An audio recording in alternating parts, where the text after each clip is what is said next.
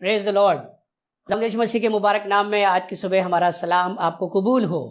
वो खुदावंद जो इतना बरकत से भरा हुआ है और जिसके काम बहुत अजीब होते हैं, वही हमारा खुदा था, वो खुदा है और वही खुदा रहेगा। और आज भी वो हम सब के लिए बड़े बड़े करिश्मे कर सकता है। इसलिए इबादत ही एक ऐसा जरिया है जिसके वसीले से मैं और आप अपनी ज़िंदगी की बहुत सारी जंग पर फतेहयाब हो सकते हैं, क्योंकि उसका नाम सब नामों से आला है और जितने उसका नाम लेंगे उतने लोग वो सब के सब उद्धार पाएंगे। इसलिए आज की सुबह आइए इबादत में चलते हैं और एक गीत में शामिल होंगे। और एक गीत का पैगाम भी कुछ ऐसा ही है कि खुदावंद हमें चाहत तेरे नाम की है। दुनिया में बहुत सी चीज़ों की चाहत आपने करी पर शायद आप फेल हो गए, लेकिन इस नाम की चाहत वो चाहत है जिनने इस नाम की चाहत करी, जितनों ने इस नाम की चाहत करी वो सब के सब बन गए और समर गए। इसलिए assembly of believer church India Allenganj की तरफ से आपको सलाम और सलाम के साथ साथ आइए मिलकर इबादत करें और इस गीत में शामिल हो। खुदा आपको बरकत दे।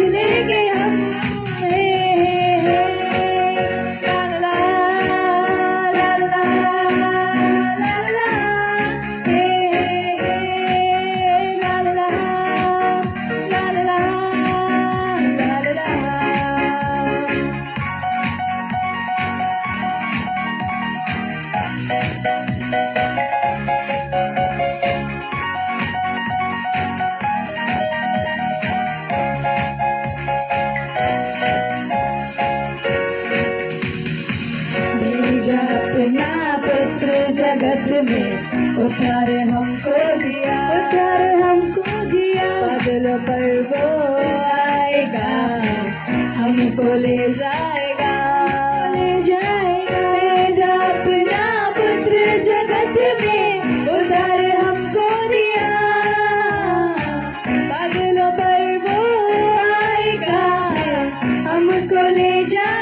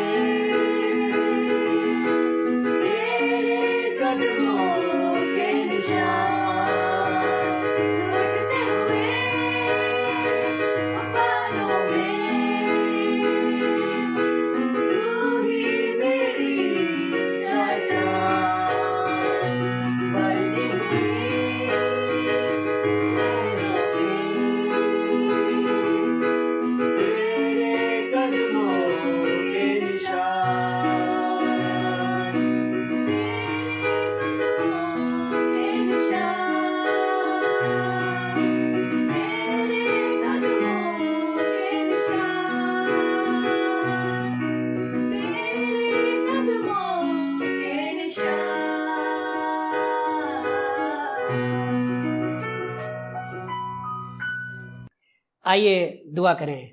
हाँ प्यारे खुदावन, हमें मालूम है तू दूर उपास दोनों का खुदा है और तेरी ही वजह से हमारी जिंदगी में सब कुछ है।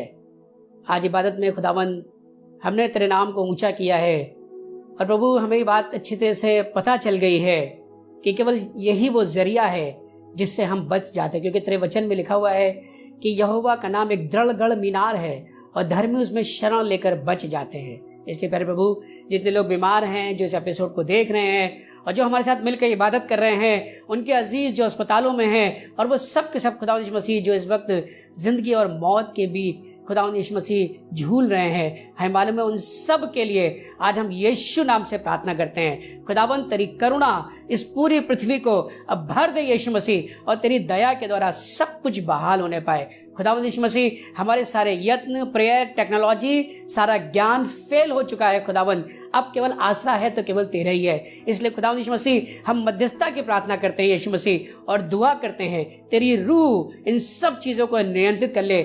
जहां बीमारी है यीशु नाम से चंगाई स्थापित होने पाए, जहां पर रोना है, मातम है, प्रभु उनके जीवन में शांति आने पाए। जिन जिन परिवारों में प्रभु यीशु मसीह लोग बीमार हैं, दुख में हैं, पैसे नहीं है, नौकरी चली गई, उन सब के लिए सलामती की दुआ करते हैं खुदावंद, क्योंकि तू ही हमारा यहोवा यिरे है, तू ही हमारा यहोवा शालोम है और तू ही हमारा एबेनेजर है। इसलिए खुदावंद दुआ करते हैं अपनी करुणा से यीशु मसीह सबको भर दे और होने दे। प्रभु यीशु मसीह इस पृथ्वी पर जो कुछ हो रहा है, हमें मालूम तू सब चीजों से वाकिफ है। प्रभु इन सबको नियंत्रित कर ले और सब कुछ खुदा यीशु मसीह शांत हो जाए उस लहर के समान, जैसे तूने डांटा और तूफान थम गया। हम चाहते हैं वैसे ही प्रभु यीशु मसीह इस महामारी की लहर को थाम दे और खुदा यीशु मसीह तेरे नाम के, तेरे सामर्थ्य के द्वारा सब कुछ बहाल होने पाए। हम सब पर तरस का, क्योंकि हम तेरे हाथ की बनाई हुई रचना है। दया कर प्रभु यीशु मसीह, घरों पर जितने लोग हमारे साथ जुड़े हुए हैं, इन सबको बड़ी आशीष मिलने पाए और हम सबके जीवन से सिर्फ यीशु नाम की महिमा हो, ऐसे ही हम दुआ करते हैं। और हम घटें और तू बढ़े और तेरा नाम जलाल पाए। यीशु मसीह के नाम से मांगते हैं, आमीन और आमीन। खुदावंद यीशु मसीह आपको बड़ी बरकत दे। और अभी हमने दुआ भी करी और आज दुआ से ही संबंधित एक खास बात जो हम आपके दरमियान रखना चाहते हैं और जिसके वसीले से मैं और आप मिलकर सीखेंगे कि खुदावंद मुझसे और आपसे क्या चाहता है। कई बार मेरे आपकी जिंदगी में बहुत सारे ऐसे चीजें होती हैं, हमारे आस पड़ोस में होती हैं, हमारे इर्द गिर्द होती हैं और मैं और आप ये सोचते हैं कि इससे मेरा क्या मतलब है, मुझे क्या करना है, मुझसे कोई मतलब नहीं है, मैं उस परिवार को नहीं जानता। नहीं, ऐसी कोई बात नहीं है। आज की सुबह मैं आपको उत्साहित करना मांगता हूं कि मेरे और आपकी जिंदगी में, मेरे और आपके इर्द गिर्द, मेरे और आपके दरमियान जो कुछ हो रहा है उसमें कहीं ना कहीं किसी को तो स्टैंड लेना पड़ेगा और वो मेरे और आपकी हिस्सेदारी तय करेगा। इसलिए मैं एक सब्जेक्ट जो आज की सुबह चुना है और वो यह है कि स्टैंड इन द गैप। हमें और आपको खड़े होने की जरूरत है उस गैप में जो आ गया है। हालांकि गैप एक ब्रांड भी है, उस ब्रांड को बहुत से लोग पसंद करते हैं, उसके कपड़े बड़े पसंद करते हैं, उसकी चीजें बड़े पसंद करते हैं। मैं उस वाले गैप की बात नहीं कर रहा हूं, पर मैं एक दूसरे गैप की बात कर रहा हूं कि किसी को तो खड़ा होना पड़ेगा।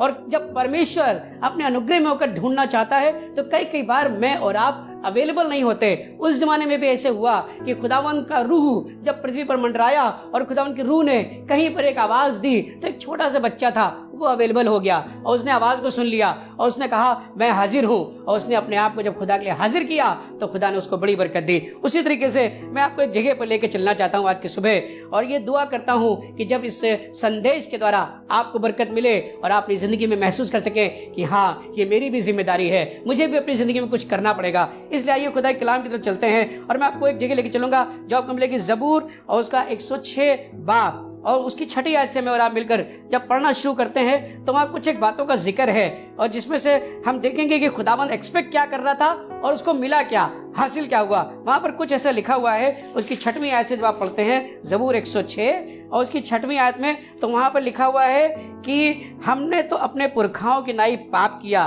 और हमें कुटिलता और हमने दुष्टता की है। ये एक पास्ट के बारे में कुछ बातें बता रहा है। लिखा हुआ हमने कुटिलता और दुष्टता करी।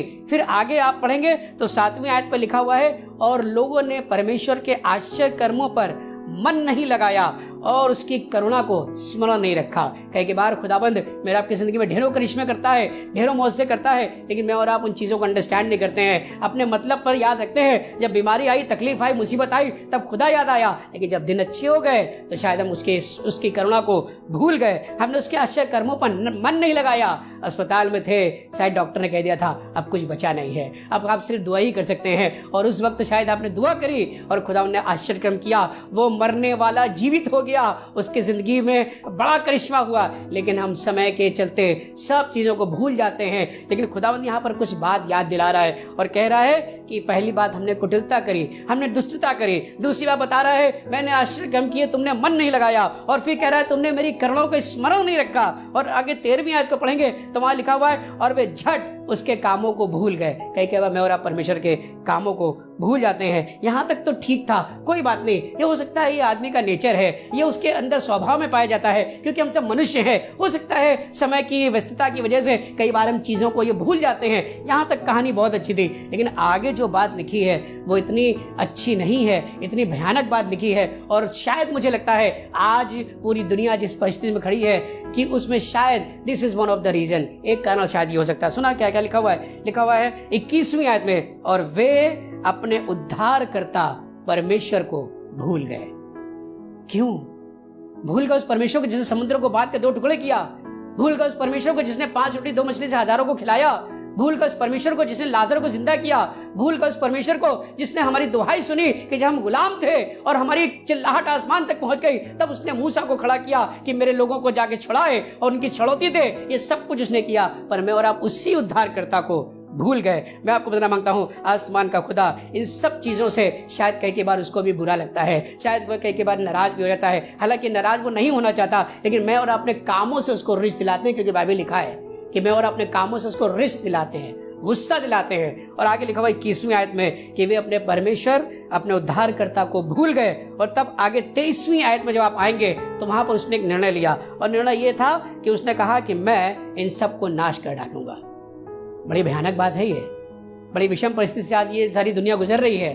सब के सब डरे हुए हैं, कांपे हुए हैं। कारण क्या है? मैं भी शायद कारण ये हो सकता है कि मैं और अपने उद्धारकर्ता को भूल गए, मैं और अपने परमेश्वर को भूल गए, और मैंने और आपने शायद उसको रिश्त दिलाया। तो यहाँ पे लिखा हुआ है मैं उन्हें सत्यानाश कर डालूंगा। लेकिन बात यहाँ खत्म नहीं हुई, आयत अभी पूरी नहीं हुई है। अभी आयत का केवल ये इतना ही हिस्सा है कि वो उसने कहा कि मैं उन्हें सत्यानाश कर डालता यदि मेरा चुना हुआ मूसा जोखिम के स्थान पर उनके लिए खड़ा ना होता। मूसा ने एक काम किया, मूसा स्टैंडिंग इन द गैप। उसको मालूम है परमेश्वर नाराज है, उसको मालूम है परमेश्वर बहुत गुस्से में है, लेकिन फिर भी उसने अपने आप को अवेलेबल कराया। और मूसा एक रिस्क लेने के लिए तैयार है, एक जोखिम लेने के लिए तैयार है, एक काम करने के लिए तैयार है। और लिखा भी हुआ यही है कि यदि मेरा चुना हुआ मूसा जोखिम के स्थान पर उनके लिए खड़ा ना होता तो शायद परिस्थिति बिल्कुल फर्क हो होती। मैं धन्यवाद करता हूँ, मूसा ने एक काम किया और मूसा जोखिम के स्थान पर खड़ा हो गया। मूसा उस जगह पर खड़ा हो गया और परमेश्वर से दुहाई देने लगा, परमेश्वर के नाम को धन्य कहने लगा। मैं और आप भी कई बार खड़े होना चाहते हैं, मैं और आप कई बार किसी वीआईपी के साथ खड़े होना चाहते हैं। कहीं पर फोटो सेशन हो रहा हो तो फ्रंट रो में खड़े होना चाहते हैं, कहीं पर बहुत बड़ी महफिल हो और बहुत बड़ा जलसा हो रहा हो तो शायद हम फ्रंट रो में बैठना चाहते हैं, हम वीआईपी के बगल में खड़ा होना चाहते हैं, वीआईपी के बगल में बैठना चाहते हैं। लेकिन मैं और आप अपनी जिंदगी में कभी भी रिस्क लेने के लिए तैयार नहीं है। मैं और आप उस गैप में खड़े होने के लिए तैयार नहीं है जहां पर कुछ अदा किया जाना है, जहां पर कुछ पूरा किया जाना है, जहां पर किसी दूसरे के लिए कुछ काम करना है। हम खड़े होंगे तो अपने लिए खड़े हो सकते हैं, हम अपने परिवार के लिए खड़े हो सकते हैं, अपने रिश्तेदारों के लिए खड़े हो सकते हैं, लेकिन पूरी कौम के लिए खड़ा होना एक अलग बात है। और मैं धन्यवाद करता हूं कि मूसा ने एक रिस्क लिया और मूसा उस गैप में खड़ा हो गया। और ना ही केवल खड़ा हुआ पर आगे लिखा हुआ है मूसा के इस काम को अगर आप देखेंगे तो उसने पता 2 रिस्क लिए जिंदगी में। बहुत बड़े 2 रिस्क का मैं जिक्र करना चाहता हूं। पहला रिस्क ये है कि वो जोखिम के स्थान पर खड़ा होने को तैयार हो गया, और दूसरा रिस्क ये है कि जब आप निर्गम की पुस्तक और उसका 32वां अध्याय उसके 32वें पद को पढ़ेंगे तो वहां पर उसने कहा है कि या तो मेरे लोगों पर दया कर, नहीं तो मेरा नाम जीवन की पुस्तक से काट दे। वाह, इतना बड़ा रिस्क मूसा, क्या कर रहे हो तुम? अरे भाई तुम्हारा सेटल हो गया, तुम्हारा अच्छा बन गया, तुम्हारा घर बन गया, तुम्हारी गाड़ी आ गई, तुम्हारा वेल सेटल हो गया, बस शांत रहो। नहीं, मूसा को मालूम था मेरा नाम तो जीवन की पुस्तक में आ गया है, लेकिन मैं एक काम करना चाहता हूँ, अपने लोगों के लिए मैं उस गैप में खड़ा होऊंगा, मैं एक काम करना चाहता हूँ। और मूसा ने यही कहा, उसने कहा कि या तो ये काम कर दे वरना मेरा नाम जीवन की पुस्तक से काट दे। वाह, स्टैंडिंग इन द गैप। मूसा पूरी तौर से तैयार था, मूसा तैयार है इस बात के लिए कि वो उस गैप में खड़ा हो जाए ताकि परमेश्वर के लोगों को रिहाई मिले, ताकि परमेश्वर के लोग छुड़ाए जाएं। लेकिन आज की सुबह मैं आपसे पूछना चाहता हूं, आप कितना लोगों के गैप में खड़े होने के लिए तैयार हैं? आप अपने आप को कितना अवेलेबल कराते हैं? प्रचार करना अच्छी बात है, मैं प्रचार करने के खिलाफ नहीं हूं। आप बहुत दुआ करने वाले व्यक्ति हैं, मैं इसके भी खिलाफ नहीं हूं। वेरी गुड हैबिट, अच्छी बात है। आप वचन के बहुत अच्छे जानकार हैं, ये भी बहुत अच्छी बात है। लेकिन उसके साथ साथ इंसान होने के नाते आपकी रिस्पॉन्सिबिलिटी में ये कहां तक शामिल है कि आप दूसरों के लिए अपने आप को अवेलेबल करा रहे हैं, अपने गैप में खड़े होने के लिए तैयार हैं, अपनी जिंदगी रिस्क पर डाल रहे हैं। आप ऐसा करने के लिए अगर तैयार हैं तो खुदा आपको बड़ी बरकत देगा। लेकिन आपको पता है परमेश्वर भी ऐसे लोगों को ढूंढता है। मैं आपको एक और जगह पर लेकर चलूंगा, द बुक ऑफ हिजकियेल चैप्टर 22 एंड वर्स 38, 22वां अध्याय और उसके 30वें पद को जब आप पढ़ेंगे तो वहां पर लिखा हुआ है, उसने कुछ एक बातों का जिक्र किया। उसके 22वें अध्याय के 30वें पद को मैं आपके सामने पढ़ता हूं, तो वहां पर लिखा हुआ है, और मैंने उनमें से एक ऐसा मनुष्य ढूंढना चाहा जो बाड़े को सुधारे और देश के निमित्त नाके में मेरे सामने ऐसा खड़ा हो सके कि मैं उन्हें नाश ना करूं। एक ऐसा आदमी ढूंढ रहा है कि जो उस गैप में खड़ा हो जाए, ताकि परमेश्वर अपना इरादा बदल दे, ताकि परमेश्वर अपनी चीजों को बदल दे, ताकि परमेश्वर अपना फैसला बदल दे, और वो उस गैप के लिए तैयार है। लेकिन लिखा हुआ मैंने ढूंढना चाहा, आयत अभी खत्म नहीं हुई है। सबसे आखिरी लाइन में पता क्या लिखा हुआ है? लिखा हुआ मैंने ढूंढना चाहा परंतु कोई ऐसा नहीं मिला। मैंने चाहा कि कोई आदमी मिल जाए जो उस नाके के स्थान पर, उस जोखिम के स्थान पर खड़ा हो सके, उस गैप में खड़ा हो सके, ताकि मैं अपना फैसला बदल सकूं। लेकिन वो मिला नहीं। ऐसा लिखा हुआ है, I searched for a man among them who would build up the wall and stand in the gap। एक जगह पर, एक जोखिम के स्थान पर कोई खड़ा होने के लिए तैयार हो सके। लेकिन लिखा हुआ है वहां कुछ नहीं मिला, उसको कोई नहीं मिला। लेकिन मैं आज कुछ एक लोगों का जल्दी से जिक्र करूंगा आपके सामने, और आपको बताऊंगा कि इन्होंने अपनी जिंदगी में आसमान के खुदा की बड़ी बड़ाई करी और अपने आप को अवेलेबल कराया, जोखिम के स्थान पर खड़े हुए। जैसे मैंने मूसा के बारे में आपको बताया, मूसा जोखिम के स्थान पर खड़ा हो गया, और ना ही केवल खड़ा हुआ, उसने यहां तक कह दिया कि मेरा नाम जीवन की पुस्तक से काट दे, अगर तू ऐसा नहीं करेगा तो मेरा नाम जीवन की पुस्तक से काट दे। इतना बड़ा रिस्क लेने के लिए तैयार हो गया। और फिर उसके बाद कहानी आप सबको पता है। जल्दी से एक और शख्स का जिक्र करना मांगता हूं। इस व्यक्ति का नाम अब्राहम है। परमेश्वर ने निर्णय लिया उत्पत्ति के 18वें अध्याय में, उसने कहा सदोम उमर कहानी हम सबको मालूम है, और परमेश्वर चल पड़ा है, नाश करने के लिए तैयार है, सारी चीजें बिल्कुल प्रिपेयर हैं और वो सब कुछ कर रहा है। लेकिन वहां पर लिखा हुआ है, लेकिन अब्राहम यहोवा के आगे खड़ा रहा। अब्राहम खड़ा रहा, और खड़े खड़े क्या कर रहा है? खड़े खड़े क्या कह रहा है? खुदा आप थैंक यू वेरी मच, तुमने मेरे परिवार को बचा लिया, बहुत बहुत धन्यवाद, बाकी लोगों को तुम मार डालो। नहीं, ऐसा वो नहीं कह रहा है। पर क्या कर रहा है मालूम है? He is standing in the gap for the people. लोगों के लिए खड़ा हो रहा है वो। और उसने कहा क्या? उसने कहा कि खुदावंद ये क्या है? और फिर धीरे धीरे उसने बात करना शुरू किया, और उसने कहा खुदावंद अगर उस नगर में 50 धर्मी भी हुए तो, और फिर इसके बाद उसने कहा अगर 40 हुए तो, और फिर उसके बाद 30 हुए तो, और ऐसे करते करते करते करते कहानी यहां तक आ गई। और उसने कहा 10 अगर मिले तो, खुदा ने कहा अगर 10 भी मिले तो मैं उन्हें नाश नहीं करूंगा। Because of the Abraham was ready to take the risk. उसने रिस्क लिया और उस गैप में खड़ा हो गया और दुहाई देने लगा, और अल्टीमेटली हुआ कि उसके केवल इस काम की वजह से परमेश्वर ने अपना निर्णय बदल दिया। और उसने कहा ठीक है, अगर उस नगर में 10 भी मिले तो मैं उस नगर को बख्श दूंगा, मैं उस नगर को बहाल कर दूंगा, उस नगर के ऊपर दया करूंगा। कैसे? अब्राहम अगर उस दिन अपने आप को अवेलेबल नहीं कराता तो शायद परिस्थिति फर्क होती। पर मैं धन्यवाद करता हूं, अब्राहम ने एक रिस्क लिया अपनी जिंदगी में, और उसने परमेश्वर के लोगों के लिए दुहाई दी और अनुग्रह किया, और सब कुछ ठीक हो गया। और तब वो अपनी जिंदगी में आया और परमेश्वर के नाम को धन्य कहने लगा। परमेश्वर की वजह से सदोम अमोरा में कहानी फर्क हो गई। और नहीं केवल इतना, एक और आप सोच रहे होंगे ठीक है, अगर जो मेल पर्सन है, ये संदेश आज का उन्हीं के लिए है। जो मेल हैं, जो जिनको पुरुष बनाया गया है, वही लोग ये काम कर सकते हैं। पादरी लोग ये अलग काम करें, चर्च के लिए लीडर का काम है, वही लोग रिस्क लें, हमारी कोई जिम्मेदारी नहीं। मैं आपकी एक बहन से भी मुलाकात कराता हूँ। खाली ये संदेश आज का उन पुरुषों के लिए, उन सेवकों के लिए ही नहीं है, पर सेवकों के साथ साथ उन बहनों के लिए भी है जो सेवकाई में है, जो परमेश्वर के लिए काम करती हैं। आप शायद घर में कुछ नहीं कर रही हैं, आप एक हाउस लेडी हैं, लेकिन कम से कम आप प्रार्थना तो कर ही सकती हैं। एक लेडी के बारे में आपको पहुंचाता हूं, एक औरत से आपकी मुलाकात कराता हूं, एस्तर, और उसका 4वां अध्याय है। 4थे अध्याय में जिक्र दिया हुआ है, मुर्दकै बहुत दुखी हुआ जब उसको मालूम पड़ा कि ऐसा ऐसा अनाउंसमेंट हुआ है, ये चीजें अनाउंस करी गई हैं। वक्त नहीं कि उन सब चीजों को मैं खोल के बताऊं, आप सबको कहानी पता है। मुर्दकै बड़ा दुखी हुआ, उसने टाट ओढ़ा, और ना ही केवल टाट ओढ़ा पर उसने ये इन्फॉर्मेशन आगे पास ऑन करी। तब 4थे अध्याय के 4थे पद में लिखा हुआ है, एस्तर को जब ये बात पता चली तो लिखा हुआ, एस्तर रानी शोक से भर गई। सबसे इंपॉर्टेंट बात यह है कि किसी की परेशानी को फील करना।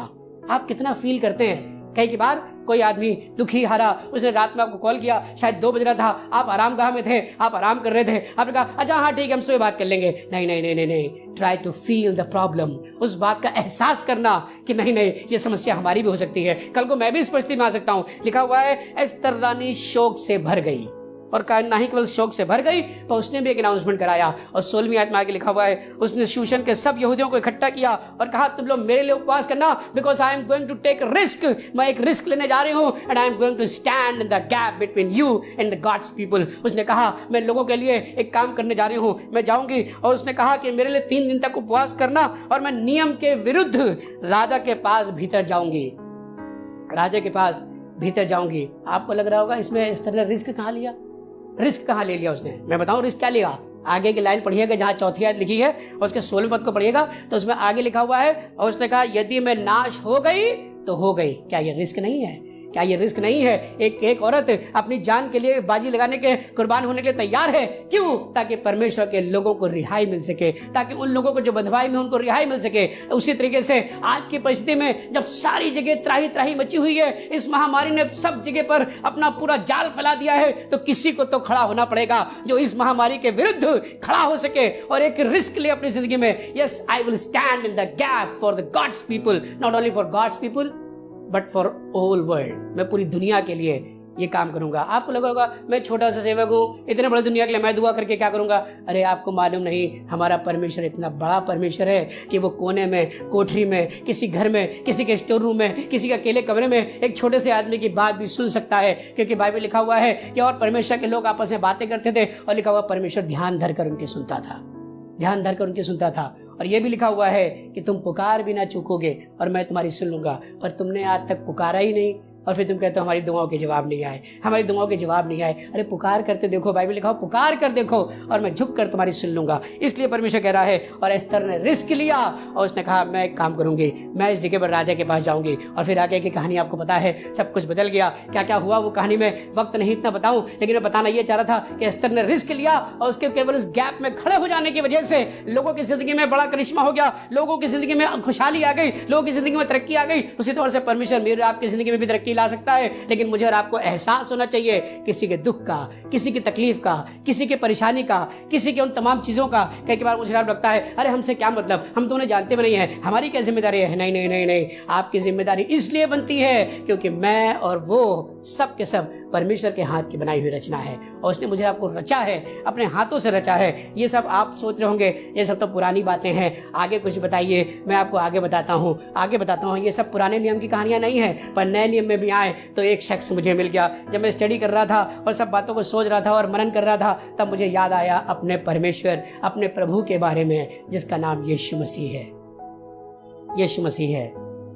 यीशु मसीह ने भी बड़ी जिंदगी में काम किए। लूका के 15वें अध्याय में लिखा हुआ है कि एक भेड़ खो गई थी, और जब खो गई तो लिखा हुआ है वो 99 को छोड़कर एक को ढूंढने चला गया।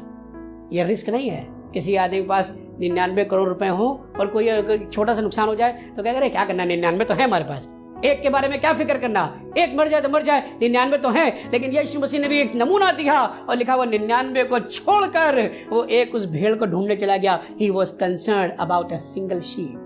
एक व्यक्ति के लिए इतना कंसर्न है, एक लोगों के लिए इतना कंसर्न है, चाहे वो किसी भी धर्म का हो, किसी जाति का हो, किसी भी तरीके का हो, गोरा हो या काला हो, अमीर हो या गरीब हो, उससे उसको कोई फर्क नहीं पड़ता, पर वो एक के लिए इतना कंसर्न है। और इसलिए परमेश्वर का वचन इस बात को बताता है कि मैं खोए हुओं को ढूंढने और उन्हें नजात देने आया हूँ। वचन में ऐसा लिखा हुआ है, मैं उन्हें नजात देने आया हूँ। एक और आपको जिक्र बता देता हूँ, यहाँ पर भी यीशु मसीह ने एक बड़ा रिस्क लिया अपनी जिंदगी में, एक बहुत बड़ा रिस्क लिया, और रिस्क ऐसा था कि उसको समझ में आ रहा था कि अगर इसमें मुझे भी नुकसान हो सकता है। पता क्या है? किस्सा कुछ बहुत ऐसा है। यूहन्ना के 8वें अध्याय में किस्सा दिया हुआ है और लिखा हुआ है एक औरत व्यभिचार में पकड़ी गई। एक औरत व्यभिचार में पकड़ी गई है।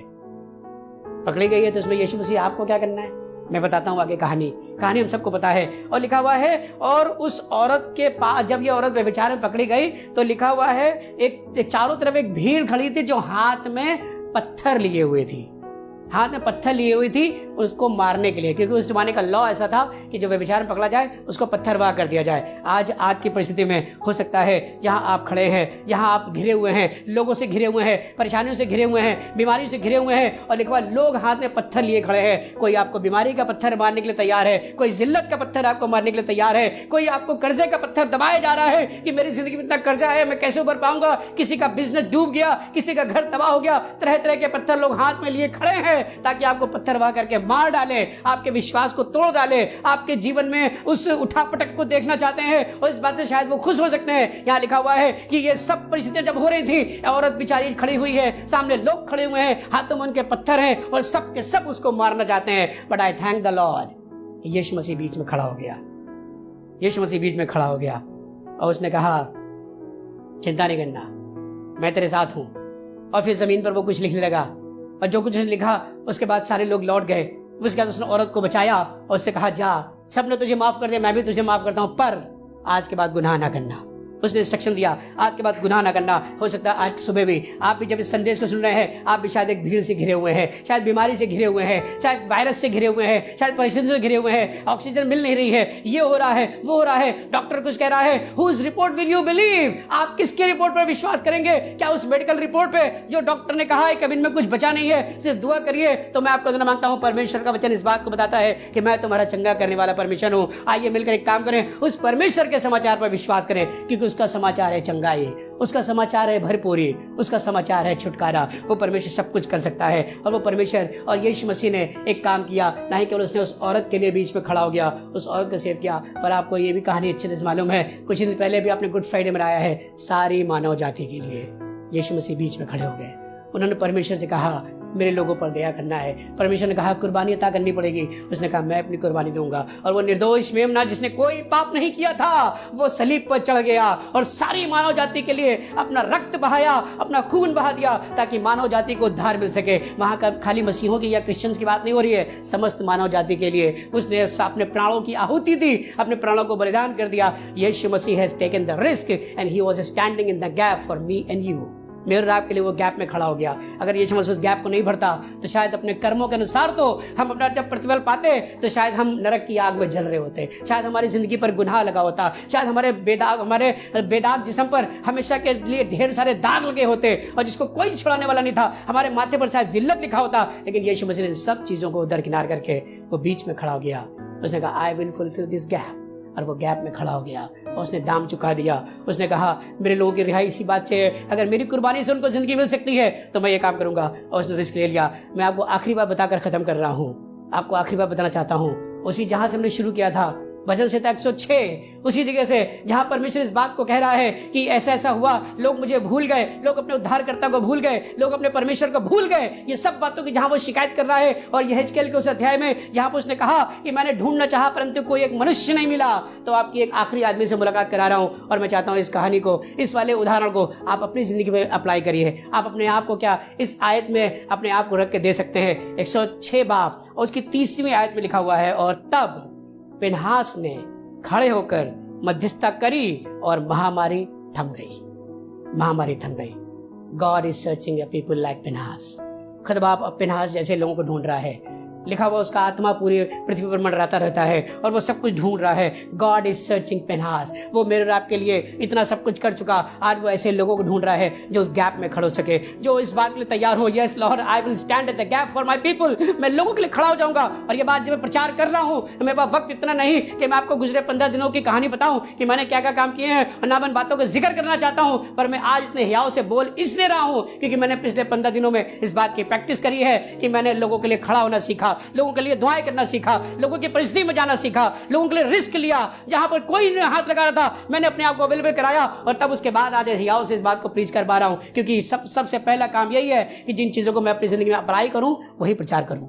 और मैं धन्यवाद करना चाहता हूं कि मेरे पास इतना वक्त नहीं और ना मैं बातों का जिक्र करना चाहता हूं, पर सिर्फ इतना कहना चाहता हूं, लेकिन वो तब फिनहास ने खड़े होकर मध्यस्थता करी और महामारी थम गई। क्या आप खड़े होने के लिए तैयार हैं? प्रार्थना योद्धा बनकर आप प्रार्थना योद्धा बनकर खड़े हो जाएंगे तो ये महामारी जो सारी पृथ्वी को नाश कर रही है, वो परमेश्वर अपना निर्णय बदल सकता है और वो महामारी थम जाएगी, वो चीज़ें थम जाएंगी, वो वायरस खत्म हो जाएगा, वो चीज़ें बिल्कुल ठीक हो जाएंगी, वापस हमारी लाइफ उसी रूटीन पर आ जाएगी। लेकिन इस वाले पूरे 2 साल के दरमियान जो कुछ हुआ है उससे मुझे आपको सबक क्या लेना है? सबक ये लेना है कि अपने उद्धारकर्ता को ना भूलिए, उसके आश्चर्य कर्मों को ना भूलिए, उसके एहसानों को मत भूलिए। बाइबल में लिखा हुआ है, bless the Lord O my soul and do not forget all his benefits. उसके किसी भी उपकार को मत भूलना, चाहे वो छोटा हो या बड़ा हो, इतना सा हो या बहुत बड़ा सा हो, उसके किसी उपकार को ना भूलना और तब तुम्हें बरकत मिलेगी। आइए एक काम करें, आज जब ये बात हमने सीखी है कि यस, मैं अब्राहम उस गैप में खड़ा हो गया, मूसा उस गैप में खड़ा हो गया, एस्थर ने रिस्क लिया और उस गैप में खड़ी हो गई और परमेश्वर के लोगों को उद्धार हुआ। उसी तरीके से फिनहास भी खड़ा हुआ और उसने मध्यस्थता करी। मध्यस्थता का मतलब होता है इंटरवीन करना किसी मैटर में। कोई बहुत गुस्से में, फिनहास खड़ा हुआ, माफ कर दो मैं बात करके देखता हूँ, और फिनहास ने अपनी जिंदगी में रिस्क लिया। लिखा हुआ फिनहास ने खड़े होकर मध्यस्थता करी और महामारी थम गई। वो महामारी आज भी थम सकती है अगर मैं और आप मिलकर खड़े हो जाएंगे। आइए उसके हुजूर चले और कहेंगे, खुदावन I have decided, I have taken a decision right now. मैंने एक निर्णय लिया, इसी वक्त लिया है, मैं एक काम करूंगा, अब मैं भी एक काम करूंगा। शायद मैं बाहर नहीं निकल सकता हूँ, शायद बहुत सारी चीजों को प्रोवाइड नहीं कर सकता हूँ, शायद मेरे पास बहुत सारे काम करना चाहता हूँ, उसके लिए पैसे नहीं है, कोई बात नहीं, पर मैं एक काम कर सकता हूँ, मैं एक प्रार्थना योद्धा का रोल अदा कर सकता हूँ और मैं अपने घर में पूरी दुनिया के लिए उपवास रखूंगा, रोजा रखूंगा, अपने परिवार के साथ उपवास रखूंगा और मैं खड़ा हो जाऊंगा, मध्यस्थता की प्रार्थना करूंगा ताकि परमेश्वर का क्रोध शांत हो और उसके आश्चर्य कर्मों को हम याद करते हुए उसकी दुहाई दे सके और कहे, खुदा बाप दया करना, और तब परमेश्वर सब चीजों को बदल सकता है। आपके घर की स्थिति खराब है, आपके फाइनेंसेस खराब है, आपके इर्द गिर्द का माहौल खराब है, आपके अगल बगल आपकी बहुत सारी चीजें आपको डरा रही हैं और शायद आप सहमे हुए हैं, पर एक चीज है और वो ये है, परमेश्वर आज भी आपके साथ है और वो बड़ा परमेश्वर है। उसने वादा किया है, कभी नहीं छोड़ूंगा, वो कभी नहीं छोड़ता है। शायद मेरी आपकी गलती से ही मैंने ही अपना हाथ छुड़ा लिया, लेकिन परमेश्वर आज भी बाहें फैलाए तैयार खड़ा है और वो आपको बाहों में लपेट लेगा। क्या आप अपने आप को अवेलेबल कराएंगे?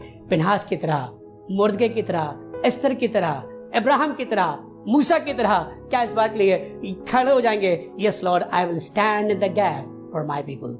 और जब आप खड़े होंगे तो खुदा आपको कुव्वत देगा, आपको काबिलियत देगा कि आप वो सब कुछ अपने आंखों से देख सकेंगे। सिर्फ इतना सा काम करने की जरूरत है, किसी को तो तैयार होना पड़ेगा, कोई तो अपने आप को अवेलेबल करे। लिखा हुआ है, मैंने ढूंढना चाहा पर मुझे कोई ना मिला, लेकिन अगर आप तैयार हैं तो परमेश्वर आज आपके जीवन में अनुग्रह करने के तैयार है, आपके द्वारा पूरी दुनिया पर अनुग्रह करने के लिए तैयार है। क्या आप अपने आप को अवेलेबल करें? क्या कोई जवान, क्या कोई परिवार, क्या कोई खुदा का खादिम, क्या कोई सेवक, क्या कोई अंकल, क्या कोई दीदी इस बात को सुन रही हैं? यदि हाँ तो आइए मिलकर आज एक डिसीजन ले। Yes, I am ready to stand in the gap and I will fulfil this gap and I will do it for the Lord. और खुदा के लिए आप काम करेंगे तो खुदा आपको बरकत देगा। आइए उसके हुजूर चले और अपने आप को खुदा के लिए अवेलेबल कराएं और उसकी ओर ताकें और उसकी ओर उसकी ओर आंखें लगाएं और दुआ मांगे और कहें, हाँ खुदा बाप, मैं अपने आप को तैयार करता हूँ, मैं अवेलेबल हूँ, मुझसे बात कर, मुझे अपने रूह से भर, मैं लोगों के लिए प्रार्थना करूंगा, फिनहास की तरह मैं भी खड़ा हो जाऊंगा और मैं मध्यस्थता की प्रार्थना करूंगा ताकि महामारी थम जाए। आइए दुआ करें। आसमान के खुदा, तू बहुत अच्छा परमेश्वर है, तू राजाओं का राजा और प्रभुओं का प्रभु है और तू सब कुछ करने में सक्षम है। खुदावंद, आज प्रभु यीशु मसीह हम मध्यस्थता की प्रार्थना करने के लिए तैयार हैं। फिनहास की तरह खुदावंद यीशु मसीह हम मध्यस्थता की प्रार्थना करने के लिए तैयार हैं और दुआ करते हैं खुदावंद, इस संदेश के वसीले से जहां तक ये आवाज गई है खुदावंद, होने दे लोगों की जिंदगियों में काम हो, करिश्मे हो, मौत से हो, हालात बदल जाए, घर की स्थितियां बदल जाए और प्रभु यीशु मसीह के मुबारक नाम से आज हम प्रार्थना करते हैं, प्रभु इस महामारी को थाम दे।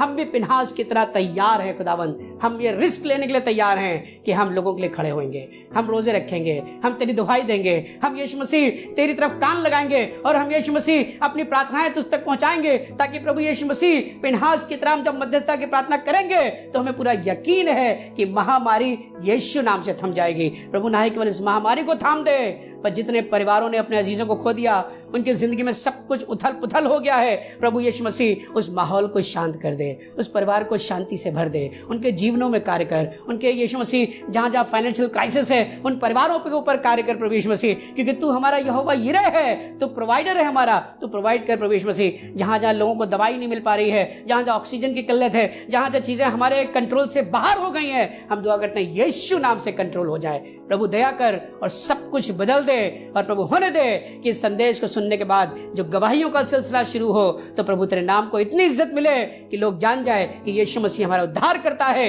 और हम अपने उद्धारकर्ता को नहीं भूले और वो आज भी बड़े बड़े काम करता है। प्रभु सब कुछ बदल दे और बड़ी बरकत दे और ताकि तेरा नाम ऊंचा किया जाए। प्रभु हमारी सहायता कर और इस वक्त प्रभु यीशु मसीह प्रार्थना करते हैं परिवारों के ऊपर दया कर और हमारे जीवन से तेरे नाम की महिमा प्रकट होने पाए। हम सबको छू ले, अपने लहू के बारे में हम सबको सुरक्षित रख ताकि प्रभु यीशु मसीह हम और सेवा कर सकें और लोगों के लिए काम कर सकें और लोगों को तेरे गले में शामिल कर सकें। प्रभु हमें कुव्वत दे ताकि हम तेरा काम निडरता से कर सकें। हमारी सहायता तेरी ओर से हो और सब बातों में खुदाबंद हम घटे और तू बढ़े और तेरा नाम जलाल पाए। यीशु मसीह के मुबारक नाम से मांगते हैं, आमीन और आमीन। एक आखिरी बात 1 मिनट बताना चाहता हूँ। पिछले संडे भी मैंने इस बात की आपसे दरख्वास्त करी थी कि एक जिम्मेदार नागरिक और खुदा के एक सेवक होने के नाते मैं फिर से आपसे हाथ जोड़ के निवेदन करना चाहता हूँ कि मेहरबानी से उन सारी गाइडलाइंस का पालन करिए जो सरकार ने हमारी सुरक्षा के लिए हमें दी है। कोशिश करें आप घर से कम निकलें, अगर बहुत मजबूरी है निकलना भी है तो मेहरबानी से मास्क का इस्तेमाल करें। लौट के आए तो अपने आप को सैनिटाइज करें ताकि आप और आपका परिवार सुरक्षित रह सके और ये सब कुछ मेरी और आपकी सुरक्षा के लिए ही है। इसलिए इन नियमों का पालन करें क्योंकि जितना आप नियमों का पालन करेंगे उतना ही खुदा खुश होगा क्योंकि इन सब बातों से प्रसन्न होता है। इसलिए जरूर नियमों का पालन करिए, ये मेरी और आपकी सुरक्षा के लिए है। मास्क जरूर लगाएं, हाथ सैनिटाइज करें और खुद भी सुरक्षित रहें। और जब आप सुरक्षित रहेंगे तो परिवार सुरक्षित रहेगा और जब परिवार सुरक्षित रहेगा तो देश सुरक्षित रहेगा और जब देश सुरक्षित रहेगा तो हम भी सुरक्षित रहेंगे। अभी इबादत खत्म नहीं हुई है, आज एक खास दिन है, आज प्रभु भोज का दिन है और बाइबल में लिखा हुआ है कि ये बात मुझे खुदा से पहुंची और मैंने तुम्हें पहुंचा दी कि जिस रात वो पकवाया गया उससे रोटी ली और परमेश्वर का शुक्र करा और फिर उसने लहू लिया और धन्यवाद करके रोटी तोड़ी और कहा ये मेरी देह है जो तुम्हारे लिए है, मेरी यादगारी में यही किया करो। इसलिए जब आप अपने घर पर हैं तो विश्वास के साथ इस प्रार्थना में शामिल हो और स्वयं आप अपने घर में आप रोटी को और किसी भी जूस को परमेश्वर के लहू का प्रतीकात्मक जानकर विश्वास की प्रार्थना के साथ आप परिवार में बांटकर इस प्रभु भोज में शामिल हो सकते हैं। आइए परमेश्वर को ताकें और प्रार्थना करें प्रभु भोज के लिए। प्यारे प्रभु, हम धन्यवाद करते हैं, आपका लहू सामर्थी है और आपके लहू से ही हम जयवंत होते हैं। इसलिए प्रभु जब आपके देह में शामिल हो रहे हैं और आपके लहू को अपने जीवन के लिए ग्रहण कर रहे हैं तो होने दीजिए पवित्र प्रभु यीशु मसीह इस रोटी के द्वारा और इस लहू के द्वारा हमारे जीवन में उद्धार और आपकी सामर्थ का संचार होने पाए। जब इसको ग्रहण करें तो पूरी तौर से प्रभु आपका लहू हम ना ही केवल हमारी सुरक्षा करे पर हमारे जीवन में, हमारी जिंदगी में, हमारे शरीर में यीशु नाम से शिफा दाखिल होने पाए क्योंकि आपका लहू शिफा देता है। इसलिए विश्वास के साथ प्रभु यहीं से लोगों को आशीष दे रहे हैं कि जब सब लोग अपने घरों पर इस भोज में शामिल होते हैं तो शामिल होना उन सबके जीवनों के लिए आशीष का कर्म है। खुदा बाप, खुदा बेटे और उल कुद्दूस के नाम से इस प्रभु भोज पर यीशु की आशीष हो, यीशु मसीह के नाम से मांगते हैं, आमीन और आमीन। और हमारे खुदा यीशु मसीह का फजल और खुदा बाप की मोहब्बत और रूह पाक की रिफाकत और शाकत अब से लेकर अब्दुल आबाद हम सबकी जिंदगी में कायम रहे, आमीन। प्रभु आपको आशीष दे।